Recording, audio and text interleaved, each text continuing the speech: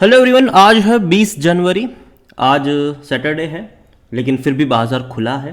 पूरे दिन के लिए खुलने वाला है बाज़ार। और देखा जाए तो वीडियो में बात करेंगे हम सुज़लॉन के बारे में। बाज़ार में अच्छी रौनक है, लेकिन सुज़लॉन के शेयर में तेज़ी नहीं है। देखो, इसने बहुत बड़ी रफ्तार पहले ही दिखा दी थी।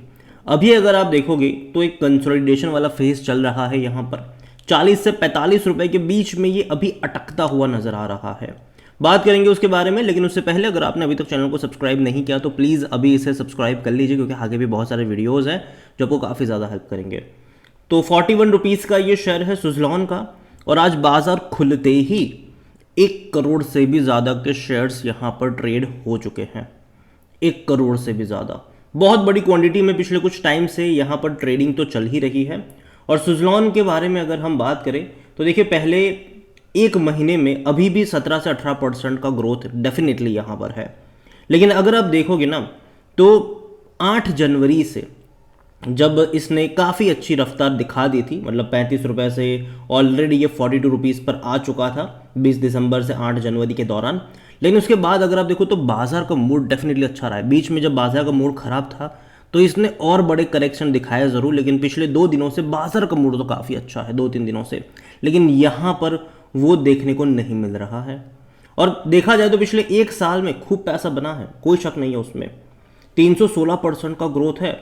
और एक्चुअली में जो पैसा यहाँ पर बना था वो मई महीने के मिड से लेकर नवंबर महीने के मिड तक चला था। ये काफ़ी शानदार तेज़ी थी। 8.5 रुपये से जो रफ्तार बनी थी वो 42 रुपीज़ तक इसको लेकर गई थी। काफ़ी अच्छी रफ्तार थी, ठीक है। लेकिन बाद में हुआ क्या, करेक्शंस है। रीज़न यह है कि नवंबर महीने में म्यूचुअल फंड्स वालों ने बिकवाली शुरू कर दी थी। 1090 करोड़ के रुपए के शेयर्स म्यूचुअल फंड्स ने बेचे थे।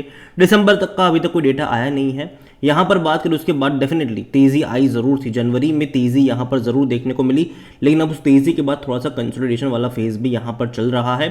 कहीं ना कहीं ये जो लेवल है वो थोड़ा सा कह सकते हैं कि अटक रहा है। ये इस लेवल पर जाके अटक रहा है, और खबरों की वजह से ये भाग भी रहा है। देखो, जनवरी में खबरें भी आई थी, दिसंबर के एंड में भी खबरें आई थी, जिसके चलते इसने तेज़ी दिखाई थी। कई सारे बड़े ऑर्डर मिलते नजर आए, चाहे वो 225 मेगावाट का विंड एनर्जी प्रोजेक्ट इनको मिला हो, या फिर चाहे इनको 300 मेगावाट का भी एक बड़ा प्रोजेक्ट इनको मिला था। इसके अलावा इन्होंने आरईसी के साथ भी टाइप करा था अपनी फंडिंग वगैरह को लेकर, फाइनेंसिंग वगैरह को लेकर। इसके अलावा इनको 100 मेगावाट का एक और प्रोजेक्ट मिला था विंड पावर का, गुजरात से मिला था। तो कई सारे अपडेट्स आए, कई सारी खबरें आई, और खबरों की वजह से ये भागता हुआ नजर भी आया। जिस दिन खबर आती है उस दिन भागता है, जिस दिन खबर नहीं आती उस दिन करेक्शन दिखाता है। ये चल रहा है। रीज़न ये है कि ऑलरेडी ये 8 रुपये से 40 रुपये से ऊपर निकल चुका है, तो बीच बीच में प्रॉफिट टेकिंग आएगी यहाँ पर, और वो देखने को मिल भी रहा है। सुज़लॉन को लेकर अगर बात करी जाए तो सुज़लॉन में according to Moneycontrol user 100% लोग कह रहे खरीदारी करो, बेचने की बात कोई भी नहीं कर रहा है। देखो, मैं भी नहीं कर रहा हूँ यहाँ पर, ठीक है। लेकिन ये समझना होगा कि एंट्री लेवल पर्सपेक्टिव से क्या सिनारियो यहाँ पर है। और तो और अगर बात करी जाए इस कंपनी के, देखो नतीजे से उम्मीद बहुत ज़्यादा है। अभी तो कोई डेट हालांकि सामने आई नहीं है कि नंबर्स कब आएंगे। उम्मीद करते कि जल्दी कोई डेट आ जाए तो पता चल पाए यहाँ पर, लेकिन इनके रिजल्ट से उम्मीदें बहुत ज़्यादा है। वजह यह है कि सुज़लॉन को एक अच्छा प्रीमियम वैल्यूएशन मिल चुका है अभी के टाइम पर। रेवेन्यू में देखा जाए तो पिछले कुछ टाइम से ग्रोथ नहीं, लेकिन अच्छी बात है कि कंपनी प्रॉफिटेबल है। और कंपनी ने अपना स्टांस क्लियर भी किया था कि देखो, कंपनी जो है वो ग्रोथ की तरफ नहीं जा रही, कंपनी जो है वो प्रॉफिट की तरफ जा रही है। और ये एक अच्छी बात थी, क्योंकि कंपनी ने 3 बार अपने डेट को रिस्ट्रक्चर किया है। पहले बार किया, कुछ हो नहीं पाया। दूसरी बार डेट को रिस्ट्रक्चर किया, फिर भी कंपनी उस डेट से निकल नहीं पाई। तीसरी बार कंपनी ने काफ़ी स्मार्टली प्ले किया। इन्होंने डेट को रिस्ट्रक्चर किया और उसके बाद फ़ौरन पैसा रेज कर लिया, और पैसा रेज करते उन डेट को चुका दिया। और अभी कंपनी का जो क्लियर है कि भैया वापस से डेट ट्रैप में घुसना नहीं है। इसीलिए बहुत जगहों पर ऑर्डर भी नहीं बीट कर रहे थे, लेकिन पिछले कुछ टाइम में बहुत सारे ऑर्डर मिले भी हैं इनको, और उस ऑर्डर को कंप्लीट करने के लिए इन्होंने आरईसी के साथ भी टाइप करा है, ताकि पैसा आरईसी से उनको मिलता रहे, और बाद में जब ऑर्डर कंप्लीट होने के बाद पैसा आ जाएगा क्लाइंट से तो फिर वो चुका भी देंगे आरईसी को। तो वो सारी चीज़ें से ज़रूर है, लेकिन नंबर्स के ऊपर बहुत सारी चीज़ें यहाँ पर होने वाली है।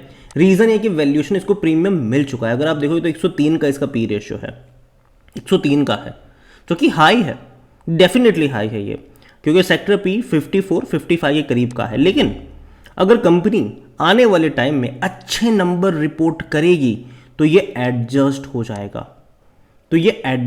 जाएगा। लेकिन अगर कंपनी अच्छे नंबर्स, अच्छे प्रॉफिट्स, अच्छे रेवेन्यू नहीं दिखाएगी, जो कि दिसंबर क्वार्टर में आने वाले हैं, उससे उम्मीदें ज़्यादा है, अगर नहीं दिखा पाएगी तो ये जो हाई वैल्यूएशन पे बैठा है उस पर एक बड़ा क्रैक लगने के चांसेस ज़रूर आएंगे।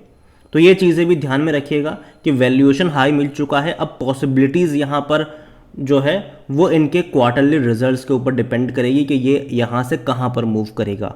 अगर नतीजे पहले क्वार्टर के मुकाबले बुरे आए तो ये जाएगा नीचे, 20-25% का डिक्लाइन एक्सपेक्टेड रहेगा। लेकिन अगर नतीजे अच्छे आए तो तेज़ी भी आएगी। अगर नतीजे एवरेज आए, मतलब उतने के उतने ही रहे, तो जहाँ था वहीं पर रहेगा ये। तो वैसा सिनारियो यहाँ पर डेफिनेटली क्रिएट होता हुआ नज़र आने वाला है। और जहाँ तक शेयर होल्डिंग को लेकर देखा जाए तो जो प्रमोटर है उनके पास 13.29% की होल्डिंग है। अभी तक दिसंबर की शेयर होल्डिंग पैटर्न आई नहीं है, क्योंकि देखना इंटरेस्टिंग ये रहेगा। क्योंकि देखो, अगर आप देखो तो मार्च में म्यूचुअल फंड के पास कुछ मतलब बहुत कम थे, 0.08% का ही स्टेक था।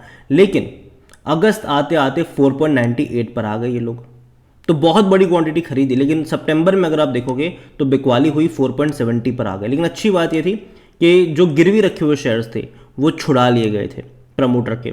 और दूसरी बात यह है कि नवंबर में बिकवाली करी, उसकी रिपोर्ट तो सामने आ ही चुकी है। दिसंबर में क्या हुआ है वो देखने के लिए इनका दिसंबर क्वार्टर का शेयर होल्डिंग पैटर्न आना ज़रूरी है, और तब पता चलेगा कि म्यूचुअल फंड की होल्डिंग तब कितनी है। लेकिन अगर म्यूचुअल फंड ने बेचा है तो सामने किसी न किसी ने खरीदा ही होगा। अगर इंस्टीट्यूशंस ने खरीदा है तो कोई दिक्कत की बात नहीं होनी चाहिए।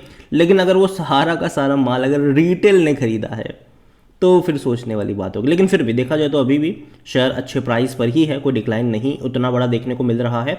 डोमेस्टिक के पास 5.12% का स्टेक था, 10.88 एफआईएल्स के पास था। हालांकि सितंबर का है, देखना होगा कि दिसंबर में क्या नंबर्स आते हैं, क्या पैटर्न हमारे सामने आता है, वो देखना इंटरेस्टिंग होगा। देखिए, ओवरऑल मैं सुज़लॉन को लेकर एक ही चीज़ कहूँगा कि डेफिनेटली बहुत अच्छे मूव्स इसने दिखाए हैं। और पहले मैं इस कंपनी को लेकर उतना ज़्यादा पॉजिटिव नहीं था। अगर आप मेरे चैनल को रेगुलर फॉलो करते हो तो जब कोविड से लेकर कई बीच में जब ये तेज़ी दिखाकर गिरावट दिखाता था, तब मैं कहता था कि इसको आप स्विंग ट्रेड के लिए प्ले कर सकते हो, खरीद के बेचने वाला चीज़ आप यहाँ पर कर सकते हो, क्योंकि फंडामेंटली कंपनी उतनी ज़्यादा स्ट्रॉन्ग थी नहीं। और कई बार ऐसा देखने को मिला भी है कि अच्छा खासा पैसा यहाँ पर स्विंग ट्रेड में बना भी था।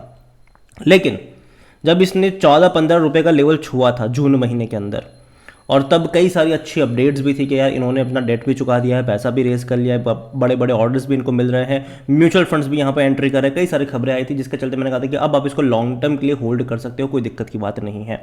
मैं अभी भी अपने उसी स्टेटमेंट पर कायम हूँ कि लॉन्ग टर्म के लिए इसको होल्ड कर सकते हो।